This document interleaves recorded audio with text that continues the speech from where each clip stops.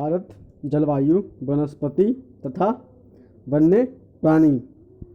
आप मौसम के बारे में प्रतिदिन समाचार पत्रों में पढ़ते हैं तथा टेलीविज़न पर देखते हैं अथवा दूसरों को इस संबंध में बातें करते हुए सुनते भी होंगे कि आप जानते हैं कि मौसम वायुमंडल में दिन प्रतिदिन होने वाला परिवर्तन है। इसमें तापमान, वर्षा तथा सूर्य का विकिरण इत्यादि शामिल है। उदाहरण के लिए मौसम कभी गर्म या कभी ठंडा होता है। कभी कभी आसमान में बादल छा जाते हैं तो कभी वर्षा होती है। आपने ध्यान दिया होगा कि जब बहुत दिनों तक मौसम कभी गर्म या कभी ठंड होती है तो कभी कभी आसमान में बादल छा जाते हैं, ठीक है, तो कभी वर्षा होती है, ठीक है। जब बहुत दिनों तक मौसम गर्म रहता है तो आपको ऊनी वस्त्रों की आवश्यकता नहीं पड़ती। आप खाने पीने में ठंड पदार्थों को पसंद करते हैं। इसके विपरीत ऐसे भी दिन होते हैं जब आपको ऊनी वस्त्रों के बिना ठंडा लगती है। ठंडी और तेज़ हवाएं चलती हैं। इन दिनों में आप गर्म चीज़ें खाना पसंद करते होंगे। सामान्यतः भारत में प्रमुख मौसम होते हैं। दिसंबर से फरवरी तक ठंडा मौसम, मार्च से मई तक मौसम जो है वो गर्मी में रहती है। जून से सितंबर तक दक्षिण पश्चिम मानसून का मौसम, वर्षा, और अक्टूबर और नवंबर में मानसून के लौटने का मौसम, शरद ऋतु, ठीक है।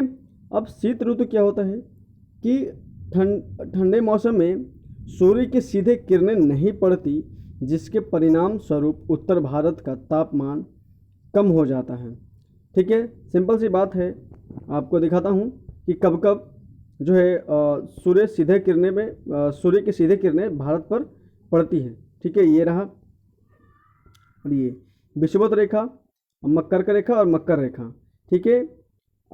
एक बार कर्क रेखा पे सीधे ये पड़ती है, ठीक है। फिर दूसरी बार आपका विषुवत रेखा पे, तीसरे में क्या, मकर रेखा पे जो सूर्य के है वो सीधे किरणें पड़ती है, ठीक है।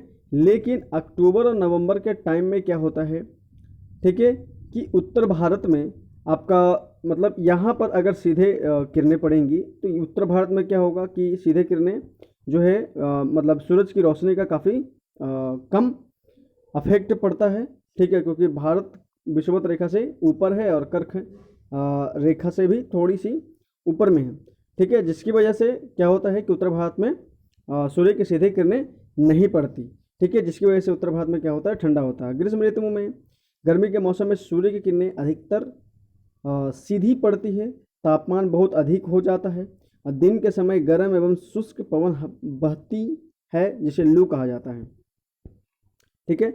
दक्षिण पश्चिम मानसून या वर्षा का मौसम, यह मानसून के आने तथा आगे बढ़ने का मौसम है।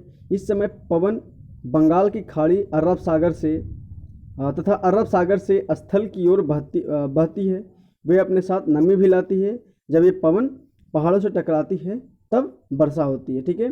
जैसे ये रहा हमारा क्या बोलते हैं, प्यारा भारत, ठीक है, और ये रहा आपका बंगाल की खाड़ी इधर, और इधर आपका अरब सागर, तो यही हो गया दक्षिण पश्चिम, ठीक है। तो दक्षिण पश्चिम मानसून जो है वो अरावली श्रेणी से, ये रहा अरावली श्रेणी, ठीक है। फिर विंध्याचल पर्वत यहाँ पर है, फिर और आपका कोरोमंडल तट, ठीक है। कोरोमंडल तट जो है, इसी कोरोमंडल तट से क्या होता है कि दक्षिण पश्चिम मानसून जो है वो टकराता है और टकराने के बाद अपना सारा नमी जो है इन बादलों से टकराने के बाद वो छोड़ देता है, जिसकी वजह से क्या होता है कि बहुत ज़्यादा बारिश देखने को मिलता है। फिर वो काफ़ी यही मानसून जो है ट्रैवल करते करते बिहार, दिल्ली तक बारिश कराती है, ठीक है। और लगभग 90% बारिश जो है, लगभग 90% बारिश जो है वो दक्षिण पश्चिम मानसून से ही आपको भारत में देखने को मिलता है, ठीक है। मानसून के लौटने का मौसम या शरद ऋतु, इस समय पवन स्थल भागों से लौट कर, ठीक है, इस समय पवन स्थल भागों से लौटकर बंगाल की खाड़ी की ओर बहती है। यह मानसून के लौटने का मौसम होता है। भारत के दक्षिण भागों में, विशेषकर तमिलनाडु तथा आंध्र प्रदेश में इस मौसम में वर्षा होती है। किसी स्थान पर अनेक वर्षों में मापी गई मौसम की औसत दशा को जलवायु कहते हैं। भारत की जलवायु को मोटे तौर पर मानसूनी जलवायु कहा जाता है। मानसूनी शब्द अरबी भाषा के मौसम से लिया गया है, जिसका अर्थ होता है मौसम। भारत की स्थिति उष्ण कटिबंध में होने के कारण अधिकतर वर्षा मानसूनी पवन से ही होती है। भारत में कृषि वर्षा पर निर्भर है और अच्छे मानसून का मतलब है पर्याप्त वर्षा तथा प्रचुर मात्रा में फसलों का उत्पादन, ठीक है। उष्णकटिबंधीय कहने का मतलब क्या है कि ये आपका मैं बताया आपको, ठीक है, कि भारत जो है कर्क रेखा, विषुवत रेखा और मकर रेखा यहाँ पर बिल्कुल विषुवत रेखा से टच होता है, थोड़ा सा टच नहीं होता, ठीक है, 0 डिग्री पर है। और 8 डिग्री 36 मिनट से आपका ले जा करके आपका कहाँ तक है, 8 डिग्री 4 मिनट से लेकर के 36 डिग्री 8 मिनट तक शायद ऐसे करके है भारत का विस्तार, अक्षांशीय विस्तार, ठीक है। तो इन्हीं की वजह से क्या होता है कि ये उष्णकटिबंधीय क्षेत्र कहलाता है, ठीक है। और इस वजह से यहाँ मानसून देखने को मिलता है, ठीक है। किसी स्थान की जलवायु उसकी स्थिति, ऊंचाई, समुद्र से दूरी तथा उच्चावच पर निर्भर करती है। इसलिए हमें भारत की जलवायु में क्षेत्रीय विभिन्नता का अनुभव होता है। राजस्थान के मरुस्थल में स्थित जैसलमेर, बीकानेर में बहुत गर्म स्थान है, जबकि लद्दाख के द्रास एवं कारगिल में बर्फीली ठंड पड़ती है, ठीक है। तटीय क्षेत्र जैसे मुंबई, कोलकाता की जलवायु मध्यम है, वे ना ही अधिक गर्म हैं और ना ही अधिक ठंडे। समुद्र तट पर होने के कारण यह स्थान बहुत अधिक आर्द्र है।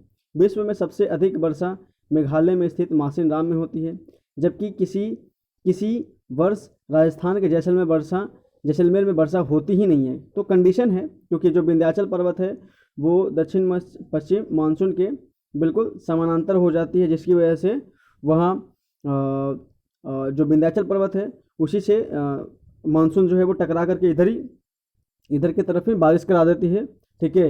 विंध्याचल पर्वत के पूर्वी भाग में बारिश नहीं हो पाती, ठीक है, जिसकी वजह से विंध्याचल पर्वत के पूर्वी भाग में आपको मरुस्थल ज़्यादा देखने को मिलता है। प्राकृतिक वनस्पति, हम अपने चारों तरफ विभिन्न प्रकार के पादप जीवन देखते हैं। हरे घास वाले मैदान में खेलना कितना अच्छा लगता है। कुछ पौधे छोटे होते हैं जिन्हें झाड़ी कहा जाता है, जैसे कैक्टस तथा फूलों वाले पौधे इत्यादि। इसके अतिरिक्त बहुत से लंबे वृक्ष होते हैं, उनमें से कुछ बहुत शाखाएं तथा पत्तियां होती हैं, जैसे नीम, आम। तो कुछ वृक्ष ऐसे होते हैं जिनमें पत्तियों की मात्रा बहुत कम होती है, जैसे नारियल। घास, झाड़ियाँ, पौधे जो बिना मनुष्य की सहायता के उपजते हैं उन्हें प्राकृतिक वनस्पति कहा जाता है। क्या आप कभी यह नहीं सोचते कि एक दूसरे से किस प्रकार भिन्न है? अलग अलग जलवायु में अलग प्रकार की वनस्पतियाँ पाई जाती हैं। इनमें वर्षा की मात्रा सबसे महत्वपूर्ण होती है। जलवायु की विविधता के कारण भारत में अलग अलग तरह की वनस्पतियाँ पाई जाती हैं। हमें वनों की आवश्यकता क्यों है? वन हमारे लिए बहुत लाभदायक है। ये विभिन्न प्रकार की कार्य करते हैं। पेड़ पौधे ऑक्सीजन छोड़ते हैं, जिसे हम सांस के रूप में लेते हैं। कार्बन डाइऑक्साइड को ग्रहण करते हैं। पेड़ पौधों की जड़ें मिट्टी को बांध कर रखती हैं तथा इस प्रकार वे मिट्टी के अपरदन को रोकते हैं, ठीक है। वनों से हम ईंधन, लकड़ी, चारा, जड़ी बूटियाँ, लाख, शहद, गोंद इत्यादि प्राप्त होते हैं, ठीक है। वन वन्य जीवों के प्राकृतिक निवास हैं। पेड़ों की अंधाधुंध कटाई के कारण भारी मात्रा में प्राकृतिक वनस्पतियां समाप्त हो गई हैं। हमें अधिक पौधे लगाने चाहिए। जो पेड़ बचे हैं उनकी रक्षा करनी चाहिए एवं लोगों को पेड़ों के महत्व के बारे में बताना चाहिए। हम लोग कुछ खास आयोजन जैसे वन महोत्सव मनाकर अधिक से अधिक लोगों को इस प्रयास में हम क्या कर सकते हैं, शामिल कर सकते हैं।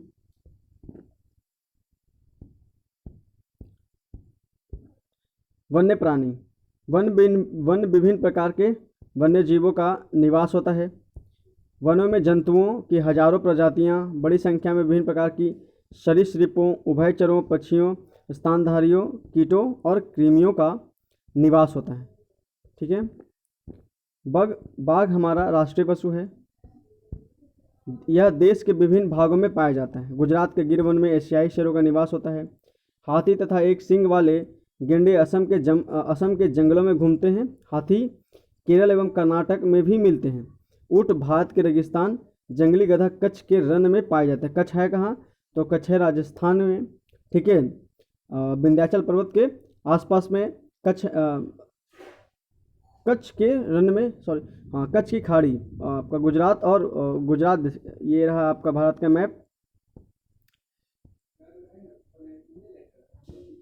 ठीक है, ये रहा आपका, ठीक है। तो कच्छ की खाड़ी यहाँ पे आपको देखने को मिलती है।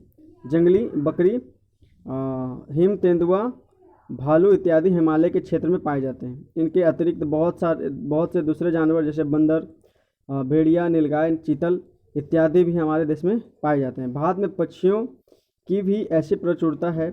मोर हमारा राष्ट्रीय पक्षी है। भारत में पक्षी तोता, मैना, कबूतर, बुलबुल तथा बत्तख इत्यादि हैं। अन्य बहुत सारे राष्ट्रीय पक्षी उद्यान हैं जो पक्षियों को उनके प्राकृतिक निवास प्रदान करते हैं। उद्यान शिकारियों से पक्षियों की रक्षा करते हैं। क्या आप ठीक है। भारत में सांपों की सैकड़ों प्रजातियां पाई जाती हैं, उनमें कोबरा एवं करैत प्रमुख है। वनों के काटने तथा जानवरों के शिकार के कारण भारत में पाए जाने वाले वन्यजीव की प्रजातियां तेजी से घट रही हैं। बहुत सी प्रजातियां तो समाप्त भी हो चुकी हैं। उनको बचाने के लिए बहुत से नेशनल पार्क, पशु विहार तथा जीव मंडल आरक्षित क्षेत्र स्थापित किए गए हैं। सरकार ने हाथियों तथा बाघों को बचाने के लिए बाघ परियोजना, हस्ती परियोजना जैसी परियोजनाओं को शुरू किया है। क्या आप ये है आप वन्य जीवों के संरक्षण में भी पढ़ लेना, ये सब अपने खुद भी पढ़ने का चीज़ है। ठीक है, ये रहा हमारा क्वेश्चन आंसर अभ्यास। ठीक है, इसको आप बनाइएगा।